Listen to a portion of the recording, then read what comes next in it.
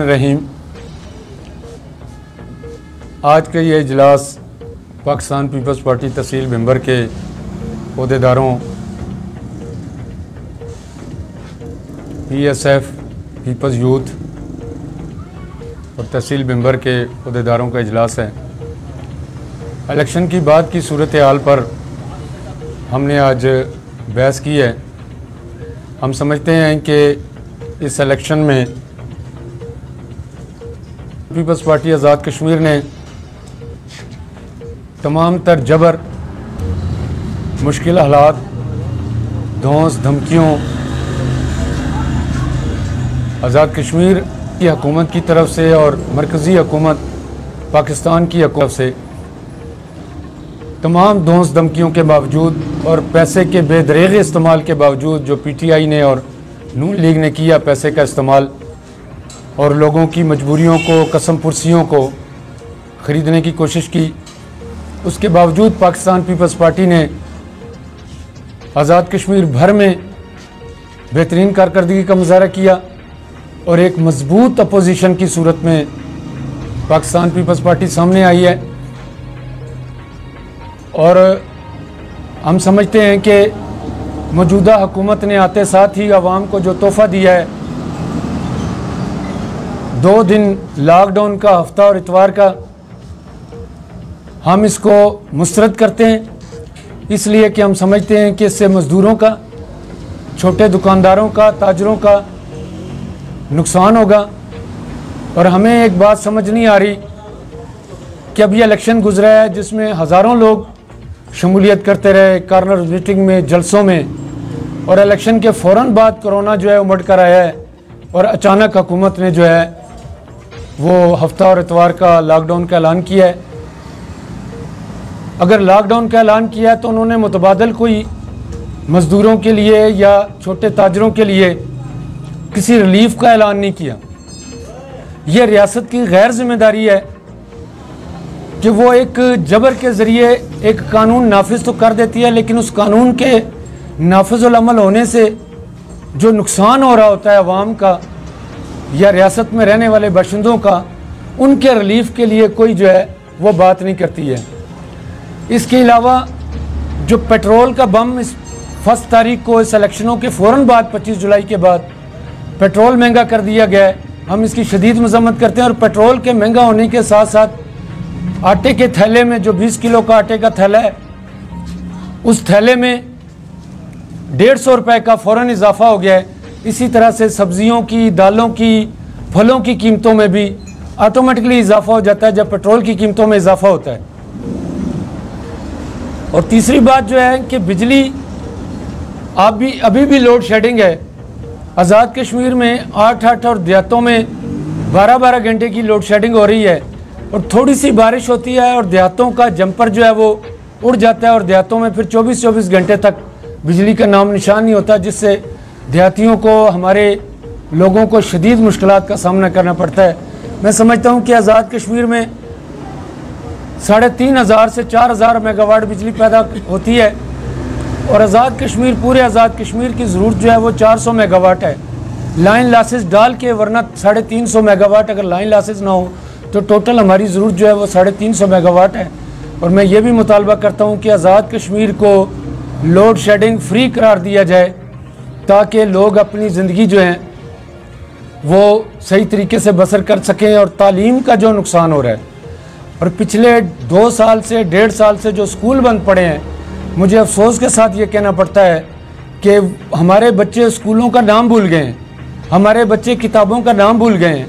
मैं समझता हूँ कि इस कोरोना के मुतबादल बंदोबस्त करके बच्चों के स्कूल भी बहाल किए जाएं, कारोबार को भी बहाल रखा जाए और जो SOPs हैं उन पर शिद्दत से अमल दरामद करके, जैसे मास्क पहनना है, मास्क पहनने को लाजमी करार दिया जाए बाज़ारों के अंदर, रश वाली जगहों पर, लेकिन कारोबार ज़िंदगी को मुअत्तल न किया जाए।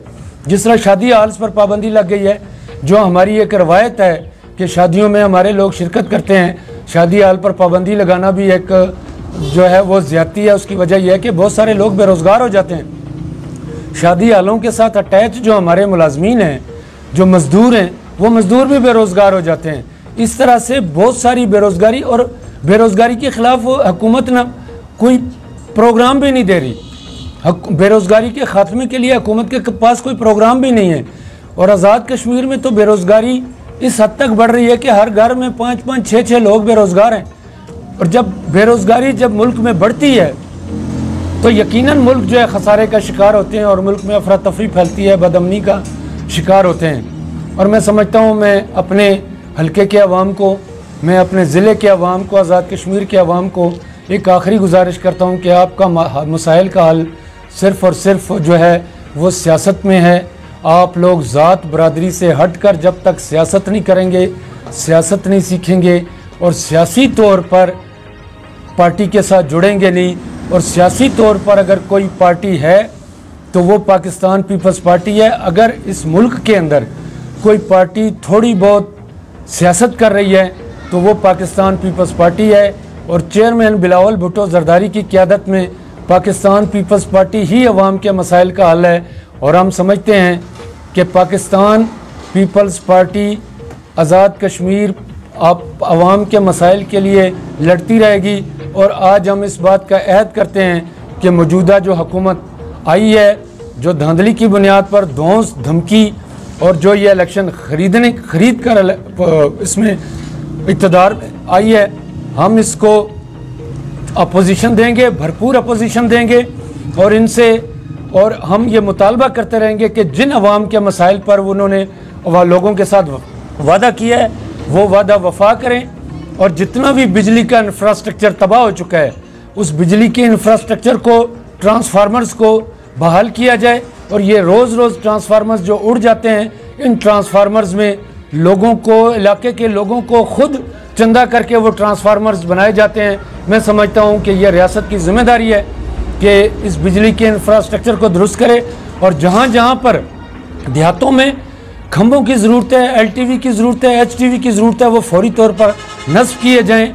और हम इसके ख़िलाफ़ भी अनकरीब एक मुज़ाहरा करेंगे कि लोगों की जो मुश्किलात हैं उनको कम से कम करने के लिए हम इंशाल्लाह सड़कों पर रहेंगे।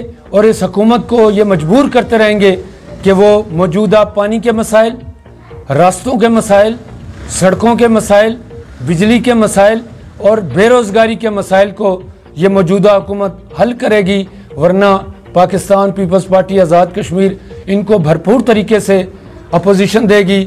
और मैं ज़ाती तौर पर इस बात का लोगों का शुक्रिया अदा करता हूँ, अपने लोगों का शुक्रिया अदा करता हूँ, हल्के के लोगों का शुक्रिया अदा करता हूँ कि उन्होंने हमें और मुझे ख़ासकर बहुत हौसला दिया, बहुत हौसला अफजाई की लोगों ने। और मैं इस हल्के के पढ़े लिखे लोगों से ये गुजारिश करूँगा कि आप लोग किसी मसलहत के बग़ैर, किसी खौफ के बग़ैर जब तक बाहर नहीं आएंगे उस वक़्त तक ये मसाइल जूं के तूं रहेंगे। और हमने मसलतों में, जो कौमें मसलतों में डूब जाती हैं वो कौमें कभी तारीख़ में ज़िंदा नहीं रहती।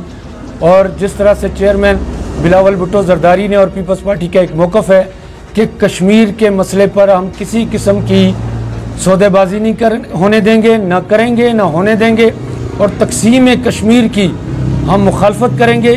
और कश्मीर में राय शुमारी के बग़ैर, हक़ के खुद इरादियत के बग़ैर, कश्मीर की आज़ादी के बग़ैर और कश्मीरियों पर जो जुल्म रवा रखा गया 5 अगस्त 2019 से लेकर आज तक, हमारी माओं बहनों को, हमारे नौजवानों को जिस तरह से टार्चर किया गया, हम उसकी मजम्मत करते हैं। और पाकिस्तान पीपल्स पार्टी का ये नारा है और उस पर हम खड़े हैं कि हम कश्मीर की आज़ादी पर, कश्मीर की खुद मुख्तारी पर और कश्मीर को किसी सूरत तकसीम नहीं होने देंगे। और इसकी खुद इख्तियारी पर हमारा नारा है, सब पे बारी, राय शुमारी, राय शुमारी। बहुत शुक्रिया।